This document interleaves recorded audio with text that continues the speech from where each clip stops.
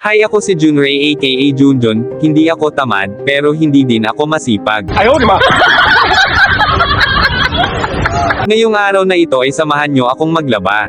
Unang laban natin ito na wala si Master kasi pag entito pa siya araw-araw niya talaga nilalabhan mga damit namin, gusto kasi niya palaging malinis at walang tambak na mga gawain.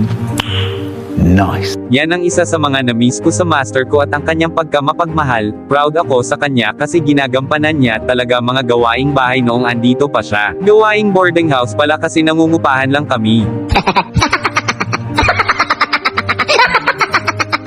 Pag uwi ko galing trabaho handa na lahat, kain at tulog na lang, kaya sobrang pasasalamat ko sa kanya.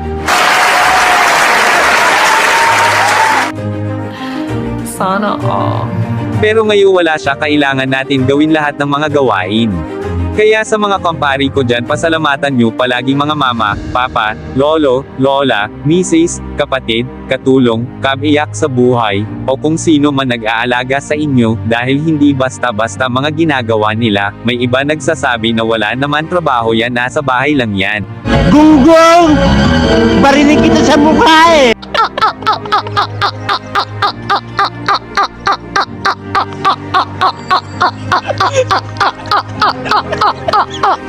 Pero kung iisipin pareho o sobra pa ang pagod nila sa mga gawaing bahay kaysa sa kung ano man ang trabaho na meron tayo. Huwag na lang natin ipairal ang init ng ulo, matuto tayong magpakumbaba at intindihin mga kasama natin sa bahay, kasi minsan hindi basehan ng pagkalalaki ang tapang, kundi masusukat ito sa kung gaano kahaba ang iyong pasensya at respeto sa bawat isa. Nice. Respetuhan at mahalin natin mga taong andyan para sa atin, dahil hindi sa lahat ng oras ay palagi natin silang kasama. Darating ang panahon na maging alaala na lang lahat. Huwag mong hayaan na sa panahong yan doon mo pa malaman ang halaga ng isang tao para sa'yo, ipadama mo sa kanila kung gaano mo sila kamahal dahil hindi na nila yan madama pag nasa hukay na sila. Huwag mong hayaan na mahuli ka pa, dahil karera ang buhay at hindi natin alam kung saan banda ang finish line.